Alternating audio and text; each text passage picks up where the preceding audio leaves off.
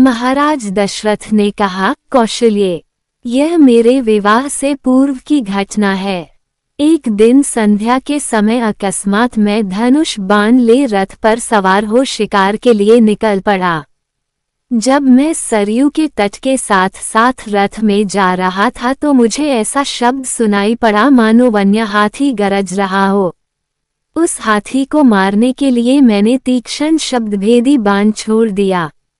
बाण के लक्ष्य पर लगते ही किसी जल में गिरते हुए मनुष्य के मुख से ये शब्द निकले, आह, मैं मरा। मुझ निरपराध को किसने मारा? हे पिता, हे माता, अब मेरी मृत्यु के पश्चात तुम लोगों की भी मृत्यु जल के बिना प्यासे ही तड़प तड़प कर हो जाएगी। न जाने किस पापी ने बाण मारकर मेरी और मेरे माता पिता की हत्या कर डाली।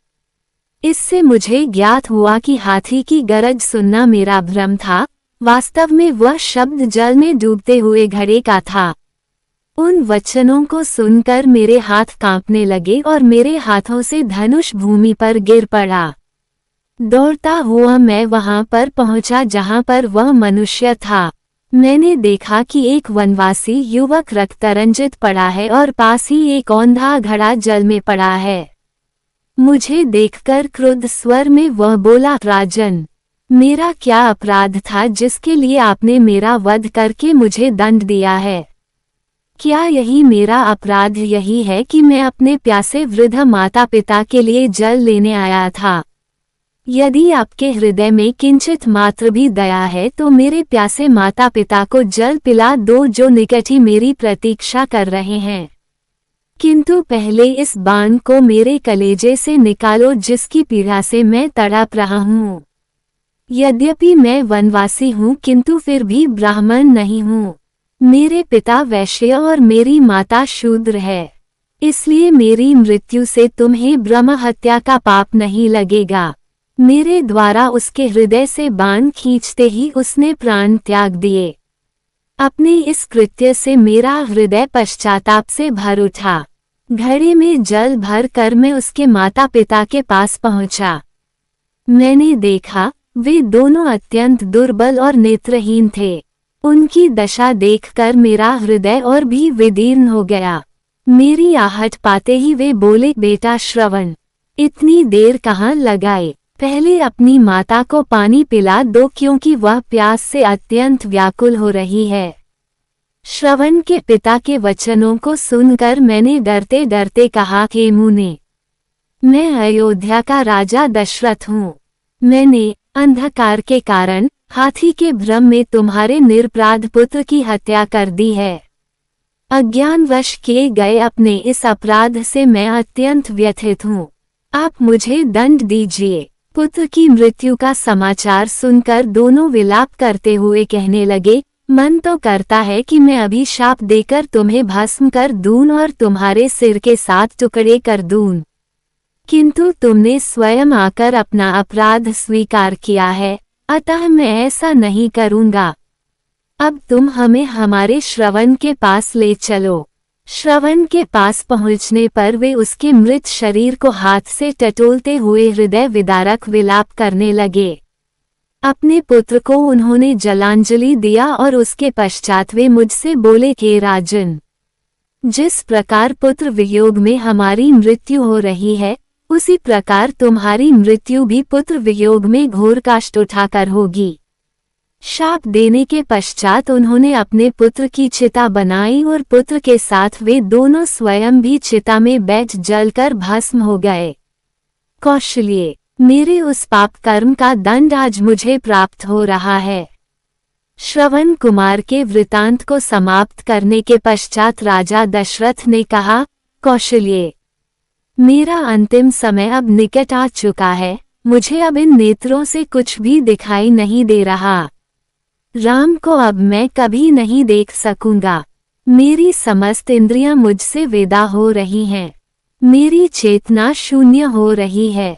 हा राम, हा लक्ष्मण, हा पुत्र, हा सीता, हाय कुलघातिनी कैकेयी। कहते कहते राजा दशरथ की वाणी थम गई, श्वास उखड़ गए और उनके प्राण पखेरु उड़ गए। उनके प्राण निकलते ही रानी कौसल्या पछाड़ खाकर भूमि पर गिर पड़ी। सुमित्रा आदि रानियां तथा अन्य स्त्रियां भी सिर पीट पीट कर विलाप करने लगीं। समस्त अंतःपुर में करुणाजनक क्रंदन गूंजने लगा। सदैव सुख समृद्धि से भरे रहने वाला राजप्रासाद दुख का आगार बन गया। चैतन्य होने पर कौसल्या ने अपने पति का मस्तिष्क अपनी जंघाओं पर रख लिया और विलाप करते हुए बोली, हा दुष्ट कैकेयी, तेरी कामना पूरी हुई। अब तू सुखपूर्वक राज्य सुख को भोग। पुत्र से तो मैं पहले ही विलग कर दी गई थी, आज पति से भी वियोग हो गया। अब मेरे लिए जीवित रहने का कोई अर्थ नहीं रहा। कैकेयी की राजकुमारी ने आज कोसल का नाश कर दिया है। मेरे पुत्र और पुत्रवधू अनाथों की भांति वनों में भटक रहे हैं। अयोध्यापति तो हम सबको छोड़कर चले गए, अब मिथिलापति भी सीता के दुख से दुखी होकर अधिक दिन जीवित नहीं रह पाएंगे। हा कैकेयी, तूने 2 कुलों का नाश कर दिया। कौसल्या महाराज दशरथ के शरीर से लिपट कर फिर मूर्छित हो गई। प्रातःकाल होने पर रोते हुए मंत्रियों ने राजा के शरीर को तेल के कुंड में रख दिया। राम के वियोग से पूर्व में ही पीड़ित अयोध्यावासियों को महाराज की मृत्यु के समाचार ने और भी दुखी बना दिया। राजा की मृत्यु के समाचार प्राप्त होते ही समस्त व्यथित मंत्री, दरबारी, मार्कंडेय, मौद्गल, वामदेव, कश्यप तथा जाबाली वशिष्ठ के आश्रम में एकत्रित हुए। उन्होंने ऋषि वशिष्ठ से कहा, हे महर्षि, राज सिंहासन रिक्त नहीं रह सकता, अतः किसी रघुवंशी को सिंहासनाधीन कीजिए। शीघ्रातिशीघ्र अयोध्या के सिंहासन को सुरक्षित रखने का प्रबंध कीजिए, अन्यथा किसी शत्रु राजा के मन में अयोध्या पर आक्रमण करने का विचार उठ सकता है। वशिष्ठ जी ने कहा, आप लोगों का कथन सत्य है। स्वर्गीय महाराज के द्वारा भरत को राज्य का उत्तराधिकारी घोषित किया ही जा चुका है, अतः मैं भरत को उनके नाना के यहाँ से बुलाने के लिए अभी ही किसी कुशल दूत को भेजने की व्यवस्था करता हूँ। तत्काल राजगुरु वशिष्ठ ने सिद्धार्थ, विजय, जयंत तथा अशोकनंदन नामक चतुर दूतों को बुलवा कर आज्ञा दी कि शीघ्र कैकेयी जाओ और मेरा ये संदेश भरत और शत्रुघ्न को दो कि तुम्हें अत्यंत आवश्यक कार्य से अभी अयोध्या बुलाया है। ध्यान रखो कि वहां पर राम, लक्ष्मण और सीता को वन भेजने का या महाराज की मृत्यु का वर्णन कदापि मत करना। कोई भी ऐसी बात उनसे मत कहना जिससे उन्हें किसी अनिष्ट की आशंका हो या उनके मन में किसी भी प्रकार के अमंगल का संदेह उत्पन्न हो। राजगुरु वशिष्ठ की आज्ञा पाते ही चारों दूतों ने वायु के समान वेग वाले अश्वों पर सवार होकर कैकेयी देश के लिए प्रस्थान किया। वे मालिनी नदी पार करके हस्तिनापुर होते हुए पहले पांचाल और फिर वहां से शरदिंड देश पहुंचे। वहां से वे इक्षुमती नदी को पार करके वाहलीक देश पहुंचे। फिर विपाशा नदी पार करके कैकेयी देश के गिरिव्रज नामक नगर में पहुंच गए। जिस रात्रि ये दूत गिरिव्रज पहुंचे उसी रात्रि को भरत ने एक अशुभ स्वप्न देखा। निद्रा त्यागने पर स्वप्न का स्मरण करके वे अत्यंत व्याकुल हो गए। अपने उस स्वप्न के विषय में एक मित्र को बताते हुए उन्होंने कहा, हे सखा, रात्रि में मैंने एक भयानक स्वप्न देखा है। स्वप्न में पिताजी के सिर के बाल खुले थे। वे पर्वत से गिरते हुए गोबर से लथपथ थे और अंजलि से बार बार तेल पी पी कर हंस रहे थे। मैंने उन्हें तिल और चावल खाते तथा शरीर पर तेल मलते देखा।